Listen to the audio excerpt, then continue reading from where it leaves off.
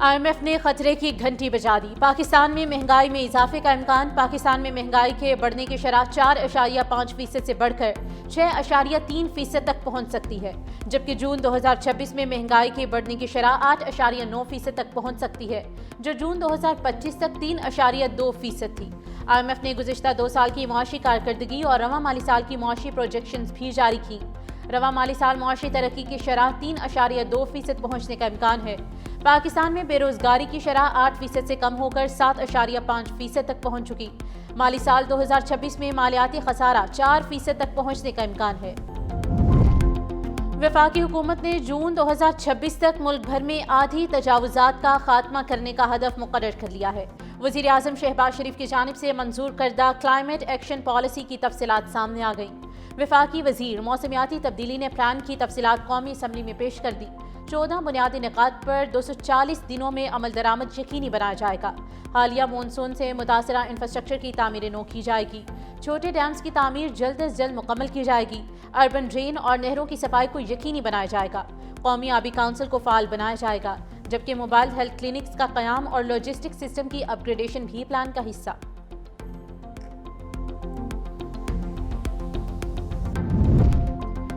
حکومت قومی اسمبلی میں کورم پورا نہ کر سکی، اجلاس غیر معینہ مدت تک ملتوی۔ پیپلز پارٹی کے ارکان کا شدید احتجاج۔ قومی اسمبلی کا اجلاس پینل آف چیئر پرسن علی زاہد کی زیر صدارت شروع ہوا تو طارق فضل چودھری کے خطاب کے دوران اپوزیشن ارکان نے شور مچانا شروع کر دیا۔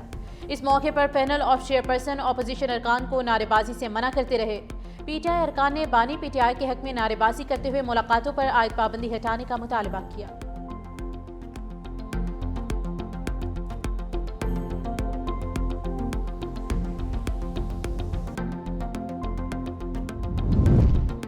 قائم مقام اسپیکر کے رویے پر انتہائی مایوسی ہوئی ہے۔ پاکستان پیپلز پارٹی کے رہنما اور رکن قومی اسمبلی آصفہ بھٹو زرداری کا ایکس پر بیان۔ قورم موجود ہونے کے باوجود بار بار اجلاس معطل کرنا پارلیمانی نظام کا مذاق بنانے کے مترادف ہے۔ کہا جا رہا ہے کہ اسپیکر کو سیشن مؤخر کرنے کی ہدایات دی گئی تاکہ میرا توجہ دلاؤ نوٹس پیش نہ ہو سکے۔ اجلاس کو مؤخر کرنا نہایت چھوٹی اور گھٹیا سیاسی چال ہے۔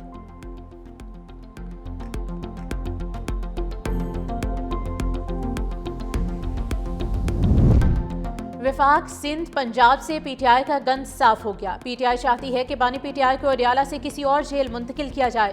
آپ کو سیاسی شہید نہیں بننے دیا جائے گا۔ پاک فوج اور اداروں کو اپنے دفاع کا حق حاصل ہے۔ PTI ملک کو عدم استحکام کا شکار کرنے کے ایجنڈے پر عمل پیرا ہے۔ وزیر اعظم کے کوارڈینیٹر KP اختیار ولی کی پریس کانفرنس کی گئی۔ کہا PTI اڈیالہ جیل کے باہر تماشا لگانا چاہتی ہے۔ بانی PTI مفت میں نیلسن منڈیلا اور رشی گورویرا بننا چاہتے ہیں۔ PTI والے ملکی وقار اور ترقی پر ہر روز حملہ آور ہو رہے ہیں۔ PTI سیاست میں فوج کو شامل نہ کرے۔ تحریک انصاف سے کوئی بات نہیں ہوگی۔ KP میں حکومت اور دہشت گردوں کا گٹھ جوڑ ہے۔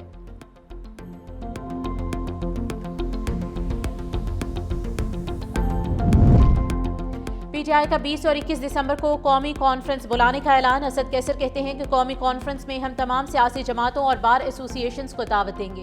PTI اپنا قومی ایجنڈا جاری کرے گی۔ بانی PTI کو انصاف ملنا چاہیے۔ بانی PTI سے کسی کو ملاقات کی اجازت نہیں دی جا رہی۔ PTI رہنماؤں کی news conference. Chairman PTI barrister Gohar نے کہا کہ مینڈیٹ چوری ہونے کے باوجود ہم اسمبلی میں بیٹھے۔ عدالتی احکامات کے مطابق بانی سے ملاقات ہونی چاہیے۔ ہم آپس میں لڑے تو تیسری قوت فائدہ اٹھائے گی۔ عوام کو طیش نہ دلائیں۔ عدالتی احکامات پر عمل درآمد ہونا چاہیے۔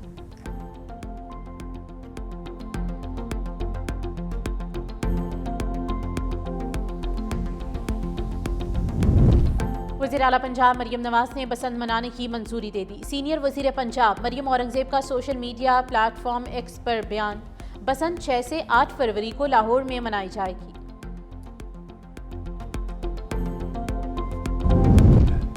بنوں میں نالہ کاشو پل کے قریب نامعلوم افراد نے 2 نوجوانوں کو قتل کر دیا۔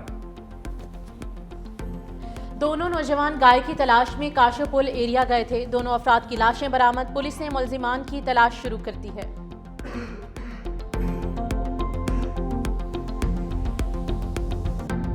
جنگلات کی بحالی، تحفظ اور زمین کی واگزاری پنجاب حکومت کے ٹاپ ترجیح قرار۔ محکمہ جنگلات پنجاب کا صوبے بھر میں بڑا اینٹی انکروچمنٹ آپریشن جاری۔ 40 سال سے لال سہارنہ نیشنل پارک کی 800 ایکڑ زمین غیر قانونی قابضین سے چھڑوا لی گئی۔ غیر قانونی تعمیرات، کمرشل عمارتیں، پولٹری فارم مکمل طور پر مسمار، قبضہ شدہ اراضی سے تمام باؤنڈری وال بھی ہٹا دی گئی۔ مریم اورنگزیب نے کہا، مریم نواز شریف کی قیادت میں پنجاب کو سرسبز، محفوظ اور پائیدار صوبہ بنانے کے لیے شفاف اقدامات جاری کریں گے۔ سوار محمد حسین نشان حیدر کا 54واں یوم شہادت، گوجر خان میں شہید کے مزار پر دعائے تقریب۔ میجر جنرل محمد عاصم چوہدری نے مزار پر پھول رکھے، فاتح خوانی کی۔ سوار محمد حسین شہید 71 کی جنگ میں شکرگر محاذ پر ساتھیوں کو گولہ بارود پہنچاتے رہے۔ سوار محمد کی نشاندہی سے دشمن کی بڑی تعداد میں ٹینک تباہ ہوئے، وطن کی خدمت میں دشمن کی مشین گن کی گولیوں کا نشانہ بن گئے۔ سوار محمد حسین کو پاک فوج کا سب سے بڑا اعزاز نشان حیدر عطا کیا گیا۔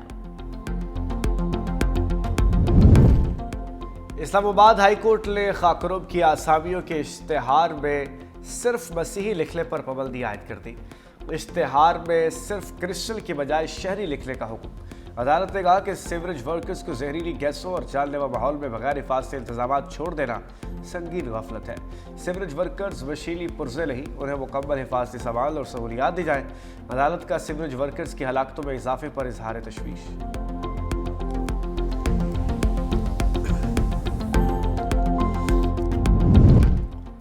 امید ہے پاکستان اور افغانستان باہمی تنازعات بات چیت سے حل کریں گے۔ چینی وزارت خارجہ کے ترجمان گو شیاگن کی پریس کانفرنس، کہا پاکستان اور افغانستان دونوں چین کے روایتی دوست ہیں۔ امید ہے دونوں ممالک کشیدگی میں کمی لائیں گے اور خطے کو پرامن اور مستحکم رکھیں گے۔ چین بین الاقوامی برادری کے ساتھ پاک افغان تعلقات میں بہتری کے لیے کردار ادا کرنے پر تیار ہے۔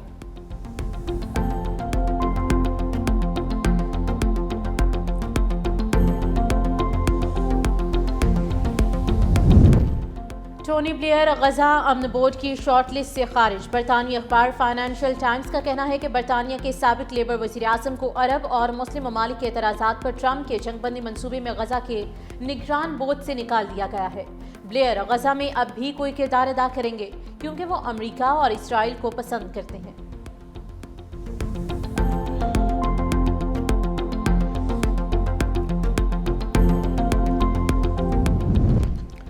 امریکہ ضمانت دے تو انتخابات کرانے کے لیے تیار ہے۔ یوکرینی صدر ولادیمیر زیلنسکی نے کہا کہ امریکی صدر ٹرمپ کے دباؤ میں انتخابات کرانے کی حامی بھر لی ہے۔ بولے اگر امریکہ اور دیگر سیکیورٹی ضمانت دیں تو انتخابات اگلے 60 سے 90 روز کے درمیان کرائے جا سکتے ہیں۔ یوکرینی صدر نے امن معاہدے سے متعلق نیا مسودہ سامنے لانے کا بھی اعلان کر دیا۔ کہا یوکرین اور یورپی پارٹنر امن منصوبے سے متعلق نظرثانی شدہ دستاویز جلد امریکہ کو پیش کریں گے۔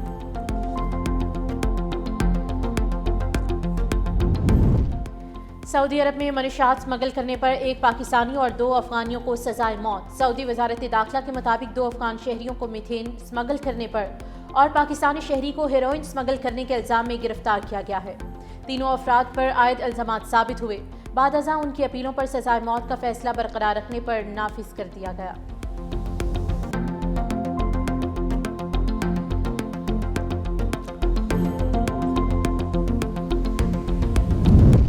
متحدہ عرب امارات نے رہائشی قوانین مزید سخت کر دیے۔ غیر قانونی افراد کو نوکری یا رہائش دینے پر سخت کارروائی کا فیصلہ۔